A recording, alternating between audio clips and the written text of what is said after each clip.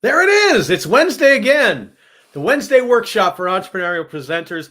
And oh my goodness, what a great thing we have here today. If you want to be part of this, see right here, get in here now. JoinRayLive.com. JoinRayLive.com. Follow the bouncing finger, and there you are. Today, unbelievable. We have the CEO and founder of Tiny but Mighty Consulting and Coaching. Miss Rina Mora is backstage right now. I have the charcuterie board out there. There's all kinds of treats out there. She's been sitting back there, sitting in the hot tub, nibbling on a Dove bar. She's ready to come up and talk to you, because we're going to talk today about all the things, the little tiny things that you can do to make a huge impact with you and your business. So with all the applause in the world, so loud that she can actually hear it on this StreamYard call, please welcome Rina Mora. Hello, Rina. Hey, Ray. Thanks for the charcuterie. It was very tasty. Yeah. What was your favorite on there? The blue cheese. Okay. I put some hummus just because I wanted to say hummus on the call in there. Yeah. So if people are wondering how to get in here, joinraylive.com. There it is. It should take you right to the backstage. And you can have some of that hummus that Rina was having earlier as you wait to come on here with us. But Rina, so tell us your how you come about, where you are, what can we do for people right now? What can we do for people right now? Help them lose some overwhelm. Take them away from feeling like they have to do everything all at once. Give them a sense of direction and keep it simple. It's all about your habits and doing one thing at a time instead of trying to multitask and save the world in 1 hour. So what we're doing is we're trying to take people and make them whelmed, really. Yes, whelmed. Whelmed is a great place to be. Whelmed and gruntled is a great place to be in life. Whelmed and gruntled, yes. So what are the top mistakes that people make to get overwhelmed? They don't plan accordingly. They say yes to everything. They overfill their plate. They just cram it into their schedule and they wing it. That's one of the main things, is not pre-planning and just winging it and then losing your whole day and all of it to other people's jobs. And we're not talking about Larry wing it. We're talking about them just kind of free-forming and doing stuff. Free-forming, thinking I can get that all done. Let me just put my head down and get it done. And then, oh crap, I'm so behind. I have so much more to do. But yet tomorrow's already packed. And what happens to people, I found, is that they, if they're trying to start a new venture or get something going, one of the big mistakes they make is they ask the question, how do I do this? Which is too big at that point to get across. And what really overwhelm is just lack of hope. Yes. And what people don't realize is that hope is simply the next step. And if we can provide them with the next step, boom, there we are. Oh my God, we have a guest in the green room. Oh, I can see him eating some hummus in there right now. And enjoying himself back there. And actually, anybody watching that would like to see more of the next guest, he's my guest next week. I'm going to welcome to stage Mr. Chad Betts. Oh, nice. On here. Hello, Chad. Hello. How are you? I'm fantastic. I love your hairstyle. Love the you need to put a little stuff right here, but that's okay. I like. Yeah, that. I forgot the powder puff on top, so there might be a little bit of shine. Yeah, there we go.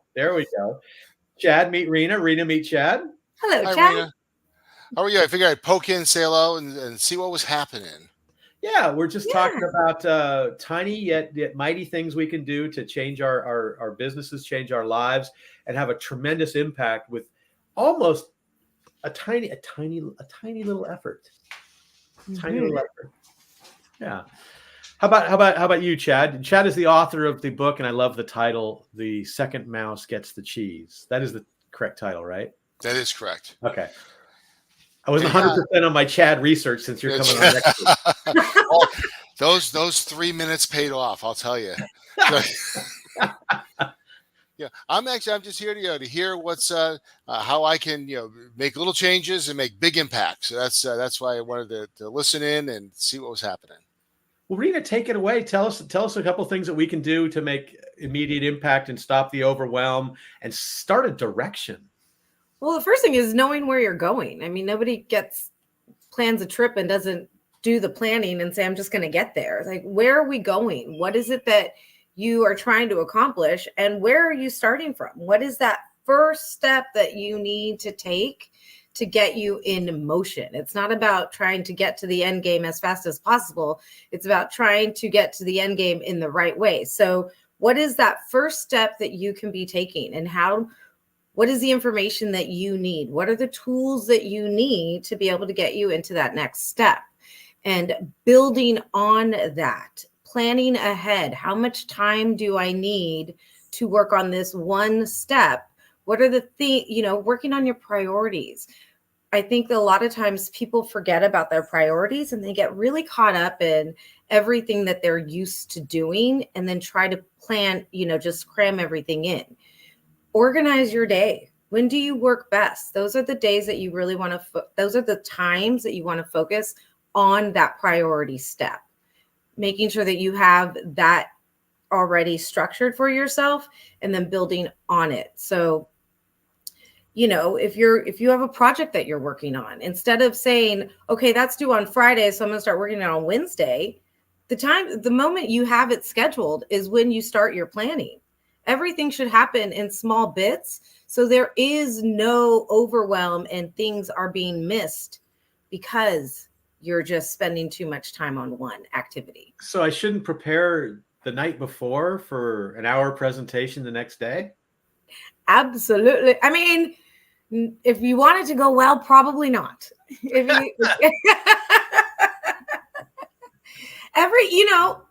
I think people forget all the steps that actually go into the activities that we're doing.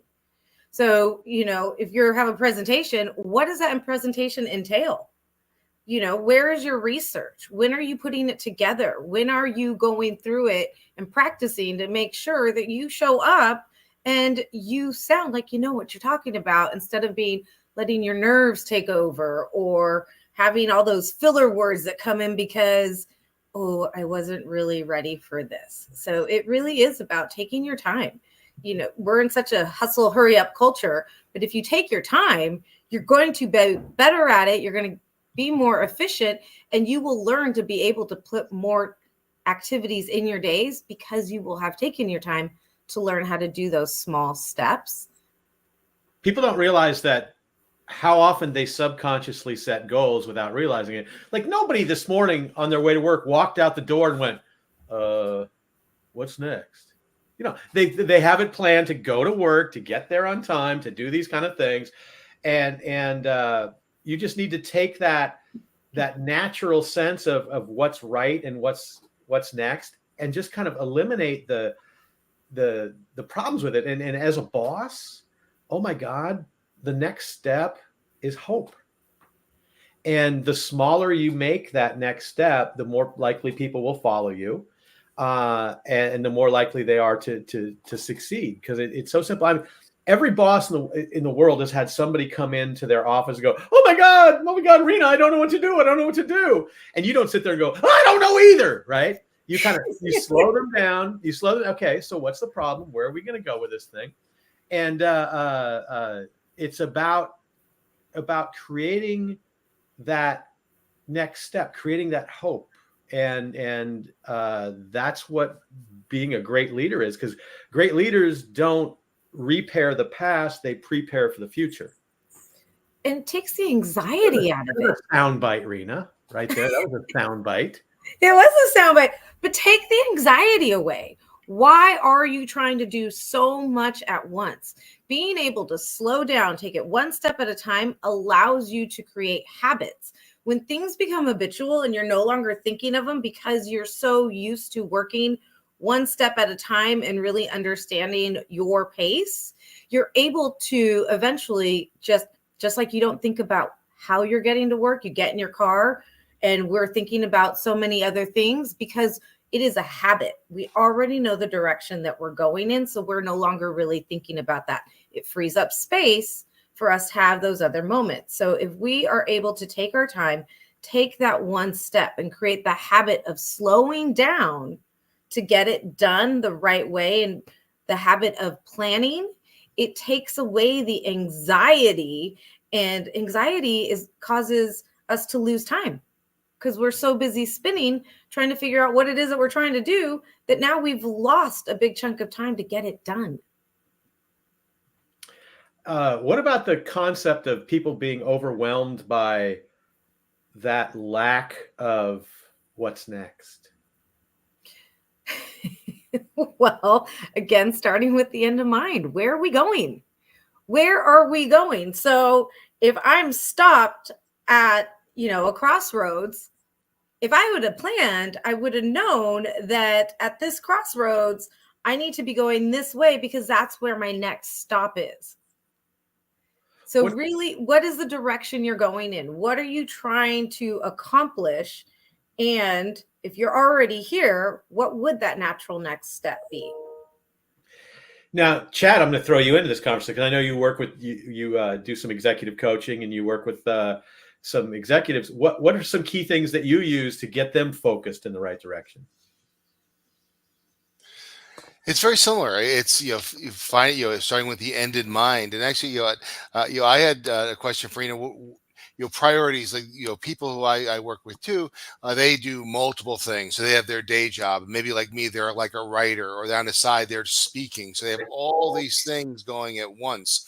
So they I there is no such thing as multitasking. It's just doing a lot of things poorly. You have to do it one at a time. But what are some of your recommendations on prioritizing when you have all these multiple priorities that really all have to get done?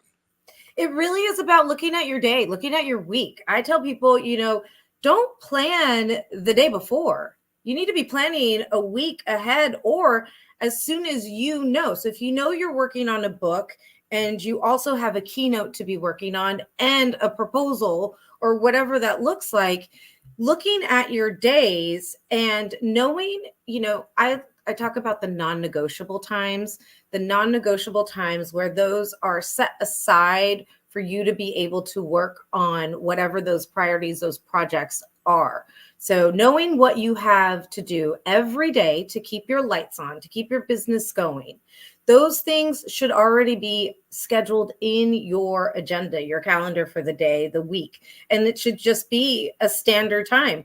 If you have kids, you have to pick up your kids every day, Monday through Friday at the same time. So you do that with your tasks. And also, this is how much time I want to devote to these projects every day. So really putting those when you're at your best, and setting that time aside so that it doesn't interfere with, if you have meetings. So if you're working on a book and that's outside of your every day, then put it in the morning. There is something to be said for having those morning rituals, and, instead of getting up at 7, get up a little earlier if you can, doing what is for you.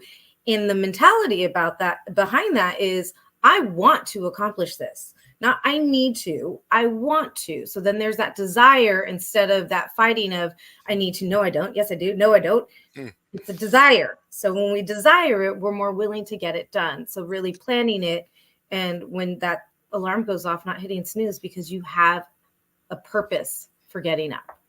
Yeah, that makes a lot of sense. That's actually how I wrote my book. Is I would get up before my family, and I would spend my time writing in the morning. You make the coffee, sit down with a cup of coffee, laptop, and go. Sometimes it was 15 minutes, sometimes it was 2 hours, and I'm rushing to get ready for work. But that's the way to do it before things get started. So that's very helpful. Yeah, I mean, some people are night owls, so put that time at night when there's. It's best to do those types of things outside of working hours when people can't bother you. You're not looking at your email, the phone's not ringing. It's that private, quiet time where you get to commune with yourself because you're doing something for yourself. Unfortunately, my time like that is like 3:30 in the morning. And so what I did, the wall behind me, which you can't really see on this thing right now, but I painted it over in whiteboard. And so I will wake up in the middle of the night, grab something and write it down. Because if I don't, it's gone by the next day. So there's all kinds of things. I go, wow, that was brilliant that night. And then in the morning go, oh, okay, maybe not. We have a fourth person sitting in the green room. They're not ready for coming on yet. So Vincent is here. Oh, Vincent. Yeah. I love saying his name. I know. And I was going, I hope that's him, because I think that since he knows, it just has his first name on the screen right there. So he's there ready to come on whenever he wants to. He'll let us know. So, and if you want to comment, put questions in there. If you're watching it here on LinkedIn, on YouTube, on Facebook, you can put a question in the chat. It'll pop up over here and we can ask it right there. So actually, I have another question. So, Rina, I talk to a lot of people, and everybody's too busy. It's they just overwhelm themselves. And we talked about simplifying. Maybe you talked about before I joined, but what are some things that you recommend to people who maybe aren't actually too busy, but just overwhelm themselves to get into a point where they can get more done? What I really the first thing I recommend is make a list. Write down everything that you are in charge of doing. We all have, like I said earlier, we all have things that we have to do every day to keep the lights on, right? So knowing what those things are, knowing what your commitments are, what do you already have that is standing in your agenda every whatever so often, all of that you need to look at it. You need to see it. The other thing I like to recommend is know how much time each of those things takes you. How much time are you willing to devote to those tasks? When you can take the time to really look at what you're doing, what your activities are, you can see like, oh, really, I'm really not that busy. And so it's that whole aha moment of, okay, so where are you spending your time? Where are your distractions? What's keeping you from getting all of those things done? And let's be honest, a lot of us will jump on social media or we'll just check our emails because we feel like maybe somebody sent us something or I need to get back to something. I always recommend to have I work in cycles. So first things first, check your emails, check your messages, get rid of the junk, create from that what you're going to do, but really taking inventory of what you already have to get done so you know what time you have available to yourself to really work on it. And so that real conversation of, am I that busy? So blocking your time and blocking out distractions are two good things to handle with that. One of the coolest things in the world is oh my God, turning off your phone for just a little bit to not pay attention to it. That little ping, that little pop up in the corner, like boop, there. Oh wow, squirrel. Okay, it's shiny object. Ray must look, right? And we all have our own. You should know what distracts you by now, and keep yourself free of that. And sometimes we bait ourselves into not working. Oh, wow, look at that. And it's really funny. So if I have to do my laundry, I wash my car. And if you have to wash your car, then the dishes get done. So it's this sliding scale of priorities that it has to be the second most important thing for me to do for me to actually do it. But I know that now, so I just kind of move the list around a little bit, and I get things done. And I just realized, looking at this, is like Rina is the middle of a bald sandwich.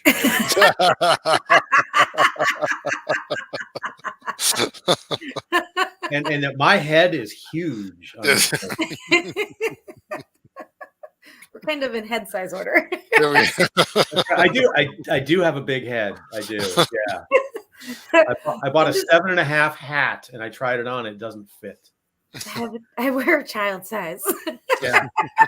I did want to say something about distractions because let's face it, we all have them. And if you're somebody we're a distraction for people right now. Oh, absolutely, we are. But listen, because we're going to give you some good info. The thing with distractions, if you know you're going to get distracted, one, are you planning breaks in your day? Like, are you trying to work through your day and think that you're going to be productive that whole time? We need to be planning breaks so that we can reset and refocus. So if you like distractions, schedule 15, no more than 15, 10 to 15 minutes in your day for free for all distraction time. When we were kids, we had recess. You can use that principle as an adult to give yourself the freedom to want to get back in it and be re-energized, and then to not beat yourself up because, oh, I spent some time on whatever it was I was doing that wasn't productive. And something I've trained myself to ask myself when I am in my distraction is ask myself, is this making me money? Is this helping me grow and get more of what I want? And that usually will knock me right off. This is so Vincent in the back says he's talking about energy and focus, the importance of exercising and thinking, liking the 30-minute thinking walks. And thinking walks are so creative that if I am preparing a presentation and I'm trying to get something new or innovative or really exciting and fun about it, I do it on a walk. And sometimes on the middle of that walk, I'll call a friend of mine and we'll just talk about what I'm doing, and I'll come up with 10 ideas just on the walk alone. There's something about movement that helps your creativity. I know that's scientifically proven. I don't know what they are because I don't care. I just know it works. I agree with you. When I get stuck, I get on a walk. And I mean, Ray, I have a playlist that I listen to that's, it's not exactly super feel good, but it's super motivating, and it helps me. Also, like, there's so much thinking that happens when you're moving your body, you're getting things going, and you've freed yourself from everything else in those moments. Free your mind and the rest will follow. I believe that was, who was that? Wait, that was Janet Jackson? Free your mind and the rest will follow. Yeah. If you know the answer to that, put it in the chat somewhere and pop on up to us. I think it's Janet Jackson and Michael Jackson. I wanted to say TLC, but I might be chasing waterfalls there. So, I think you're chasing waterfalls. Who knows? Anybody that doesn't know me, I think in song lyrics. So if you bring up anything, better not pout, you better not cry, because I'm telling you why. I'll know some link to a song. So, but I won't know what the song is. That's not part of my repertoire. I can usually help you there.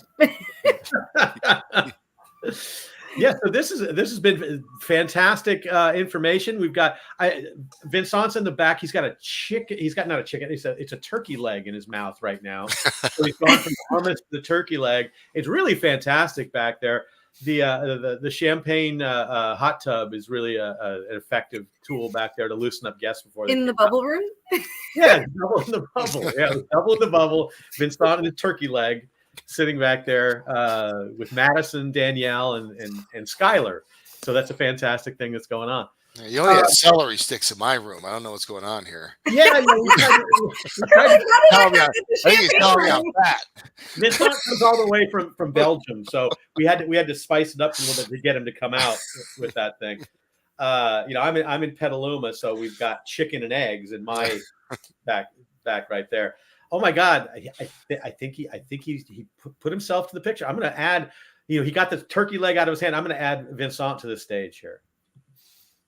There we are. Sorry, it's night already here, so of course I'm not in the natural light as you are. That's right. It's evening for you. Absolutely. There we go. Now I fixed the background, so it's not my little promo in the back right there. Good to see you, Vincent. We're talking about things that little things that make you much more productive. For example, from my world, if you are presenting and you're going to be giving some form of memorable presentation, you will become twice as effective if you take the time and look at your script and take the most important word in each sentence and put it at the end of the sentence. It's just like with jokes. You want the last word to be the funniest word, and you don't talk after it, or else you lose your audience because they want to hear what you're saying. If they like you, they want to hear what you're saying. And if you talk over it, boom, you just lost them. You create a whole room of people that just sit there and smile at you. Wow, that was wonderful. But that's not as satisfying as like, oh my God, that's tremendous. We need to have you right there. What do you do, Vincent, to make yourself more productive, more effective? What tiny little things can you advise our crowd here? Different things. Typically, I'm the kind of early riser, meaning that very early in the morning is the best time for me to be focused before doing anything else. And so before opening the mail, before opening the social media and whatever, having the very first thing that I want to achieve every single morning is one of the little tricks to secure that I'm progressing on my projects. Very nice. And if anybody else wants to join us and see what Vincent left in his green room, you can come in here at joinraylive.com and we'll put you on with that. All right. Yes. I wanted to add something to what Vincent said, because it's really in the morning, just setting your intentions. Setting your intentions for the day makes a big difference. It gives you your focus. That's another reason why we tell people to write their goals where they can see them every day, because what we acknowledge and focus on is where we put our energy. So if we're focusing on being distracted or not having our day in order, we're going to be out of order. But focusing on what is my purpose today? What is it that I'm trying to achieve and get done, so that you're already setting the mood to be productive. And one of the little tools there is the journal. So journaling is for me something that I'm using very, very strongly and systematically to order my thoughts and secure that I'm progressing. And at the very top, every morning, there are 7 words, which are the first one being focus, the second on essential, and then discipline, determination, humility, serenity, and balance.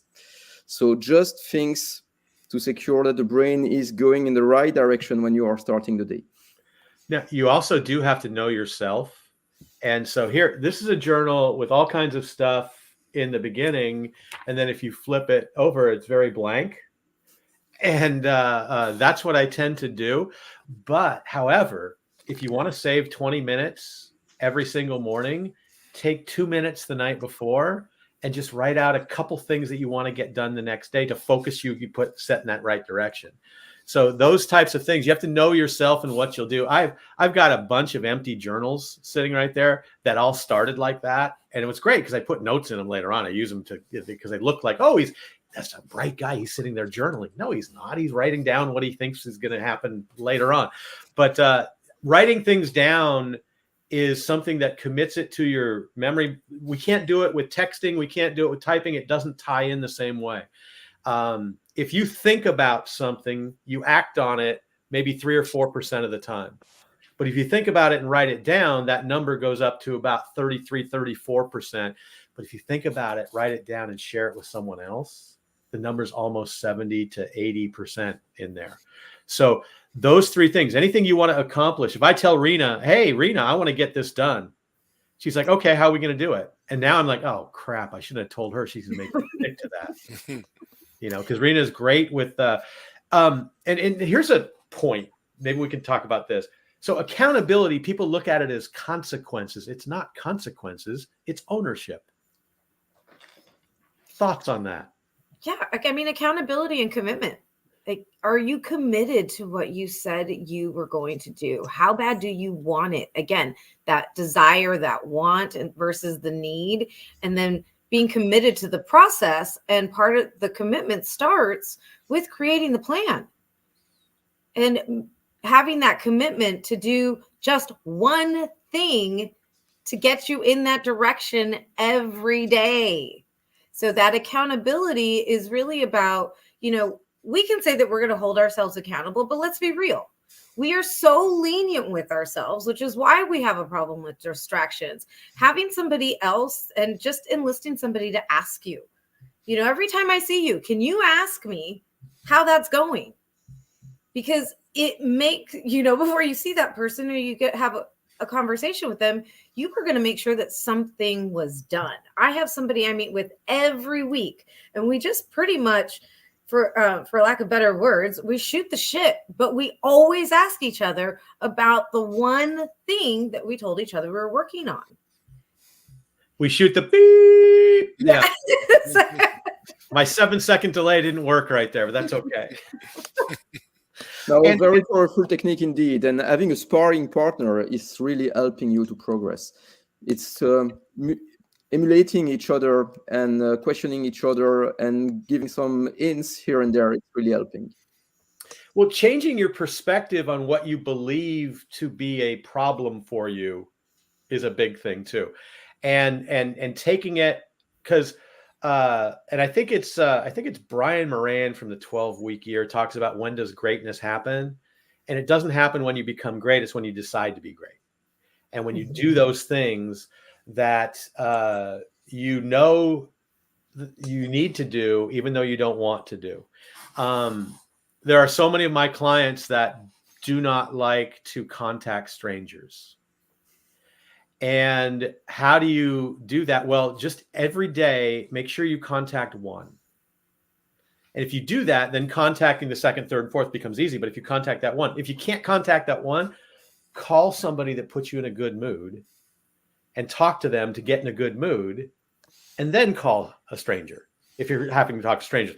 I'm a big thing about making strangers your friends as quickly as possible, and that's a topic for another day, because I can talk for hours on that. But I was just gonna say, it's just about having, that's the thing when people are like, I don't want to, talk to a stranger. Well, they won't be a stranger if you talk to them. If you have a conversation, make a new friend. Stop, if you don't like what you were calling it, because that's keeping you from doing that activity, change the name. Change it to the outcome. What are you creating? Now you're jumping into things that I'm freaking passionate about, Rina. So I'm going to jump right in here and talk. Big bass, big head, little voice, right there. And so when you meet somebody that you've never met before, you automatically address them and make them feel like a stranger. Not you individually, but a lot of us do that. And your friends don't talk to you that way. Your friends never say, "Good morning, how are you today?" Never. What they they just start talking. "Oh my God, did you see that thing last night? It was fantastic. We did this, we did that. What do you think of that?" And if you talk to them as if you know them, they believe that you know them, and they start talking to you in that friendly way. And it's not it's just a way to get people to feel more comfortable with it. People don't say good morning to their friends. They don't say, "How are you today?" They don't ask questions. They generally make statements. And those are little tips that make strangers feel like they know you just a little bit better. But that's a topic for another day. Okay. But that is it. Like that is the little thing. And that is a little thing that people aren't doing in their days to help them progress in their life or in their business. That one little thing, get comfortable with it, make it happen. Look what I had keyed up right there from a different conversation. Start talking. Friends don't wait for friends to begin a conversation. And if you want to be interesting, be interested. Yeah, take an interest in what's happening. Take an interest in the things around you. I mean, it all ties in, right? It's all about the little steps, the little things that we can be doing to make ourselves more comfortable, to make ourselves more productive, more efficient. It's just that one small tweak that we could be making throughout our days, throughout the way we think, throughout the way we work, to keep us in motion without being overwhelmed. Now, one of my mastermind groups, we're talking about that, and one thing that a member just made a suggestion is to make a game of it. And what we do is, if you have something to goal, you want to call 5 people, you have little poker chips. My first call, made the call over here. Next, and then just make a game of it. And then as soon as you have your 5 calls, you're done for the day. You've shown some accomplishment. And if you want to repeat. But it gets you to the point where okay, I want to do it. I don't like it, but I'm going to do it. Okay, I got the 1. I made it to 5. I feel good. I'm going to do some more, or I'm done for the day. So it gets you into a flow. I love that you said that, because I do that with myself, and I tell people, give yourself a consequence. If there's something that you want to get done that day for yourself, then set a goal of what it is that you're going to do. You're going to make those 5 calls. You're going to, in order to get the reward. We like treats. We're human. Even if it's just a sticker on the calendar, like when you were in kindergarten, like Just give me something to remind me that I accomplished my task, and now I have something that I can celebrate. And what is my small celebration? Oh my God. Years ago, I used to teach traffic school, and there's an exciting topic, right? And what I did is I created this thing. I didn't let anybody out early because you couldn't, it's time based. But I created this game all day long, make a game of it, just like Chad said. And I didn't have that one pre-thing. I had to type that one up, Chad. And I had them compete for points, and I gave out points randomly. There wasn't any realm or reason why I was giving out points, but the person who got the most points was the person that got the certificate first. Doesn't mean they're leaving early. People misheard that sometimes, but people went nuts to get points. And do I get a point? Sure, just because you asked, because action creates things. There you go. Good job. And listening on Facebook, Thea Daniels sent out, it's fun listening, some good information. Really like the connecting with people as a practice. If you have questions, you can submit them like that. Also, if you see this later and you want to ask us, if you put it in the comments, I will make sure that Rina gets a question and she can get back to you on that thing. We've gone past the half hour that I had planned on for today, so probably wrapping up this thing is a good thing to leave them wanting more. But next week, I think Chad, could you recommend the guest for next week? Next week's show? I just might be able to. You might want to have someone. The job description will be bald, slightly overweight. Yeah, and likes to wear vests even when it's too warm out. So that's. And now, so when I first remember really seeing Chad, he was wearing a sweatshirt. It was just showing up over the top, and it said fatmanfitness.com. You have to have fun with that too. Yeah, It's that was the point of that was it's hard to say you're a high energy individual if you get winded walking up the stairs, but you also don't need to be an Olympic athlete. So as you can see, I am not an Olympic athlete, but I also don't get winded walking up the stairs. Well, you could be the shot putter. You could be the. There we go. I could. Oh no, curling. I could do curling. Curling. That's the one with the. With the broom and just keep going. I could do that. Yeah. There was something I wanted to say that just went away. Shoot. Darn it. We're all on weighted breath. Now we're going to fatmanfitness.com. And as Tom Petty says, the waiting is the hardest part. Rina didn't come to you. Oh, yes, I did. Because I was thinking about segues. Segues are for children, people. Segues are for children. Yeah. So the other thing I wanted to mention is, to be when you're doing tiny things and you're trying to figure out what your next step is, be realistic with yourself. Don't overcommit. Don't tell yourself that you can do that if you've never done it before, and then only give yourself 15 minutes when you really should have an hour. Being honest with what you can handle will keep you from overcommitting yourself and trying to do more than you really can. And that's the thing. A lot of us are like, yep, got it. And then we're like drowning.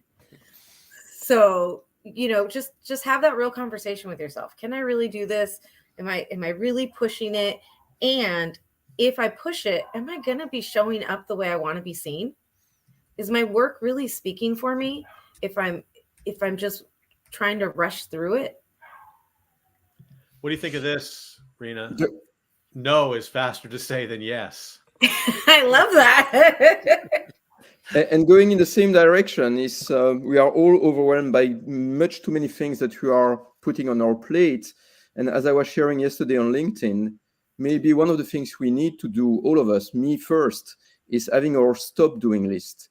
So looking at all the things that we have accumulated gradually over time and reviewing whether they are still necessary on the list and they could maybe disappear so that we can focus on more adding value activities.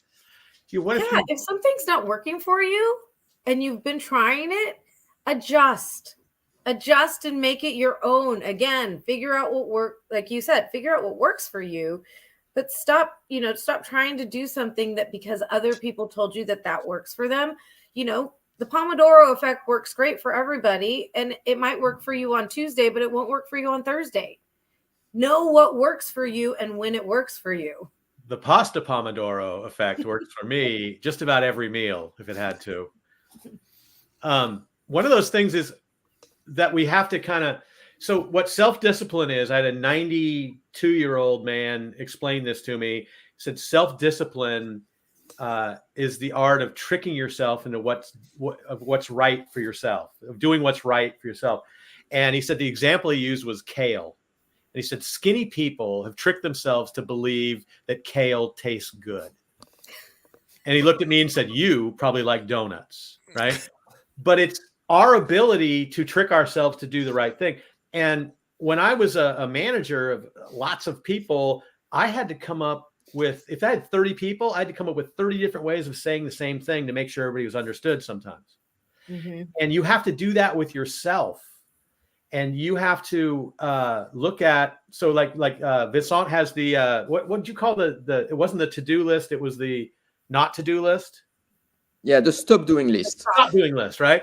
And I've used that theory and approach where you go from the to-do list, well, that's too long. How about the must-do list? You know, and then it shortens up. So any little trick that you do that you can play on yourself that works is a key to self-discipline. And self-discipline is the master skill that we all need. It's the number one thing. Brian Tracy, the number one thing you can have. Self-discipline, the number one skill that takes you where you want to go is that self-discipline. And self-discipline is simply tricking ourselves into doing what's right. Harv, 93-year-old guy. 92. Practice. Yeah. Give yourself grace, practice, and just don't give up. Just keep going. Just keep trying those things. And again, don't stop doing list and all the things. Oh, Rina, here's the final question, and it comes from Thea Daniels out there in Santa Rosa, California, watching on Facebook, and I'm going to let you answer this because I know you have the answer. What is tiny but mighty? Tiny but mighty is taking tiny steps to get to your mighty results. It's about knowing what that one next step is and knowing what your end game is so you make sure that you are staying on the line. It's one little thing that leads to a lot of other big things. Cialdini, the master of influence, calls it the small bigs. Yes. Yeah. So what small little thing can you make a big impact with it? If you took, one of my small bigs is anytime somebody sends me some writing, I said, take the 8 words you are about to write and send it to me in 3. And make it make sense. And you'll just have an impactful statement. You don't even need me. And Thea says, Rina, thank you. Oh, you're welcome, Thea. On that note, I'm going to end it for today. Next week, Chad will be the guest here, and we'll be talking about Chad's topic. Rina, Vincent, you are both welcome to join us that day. It's at joinraylive.com. However, don't save this link because every week it actually is a different link hidden behind the joinraylive.com. What you'll do is if you go to this link for next week, you'll see the jar of hummus that Vincent was gnawing on and that turkey leg, the champagne hot tub. We'll be placing that with other things there. So thank you all for coming on and doing this. We can have up to 10 people on here, and the boxes get a little smaller, but it's okay. It's fun. I wonder what happens if I do this.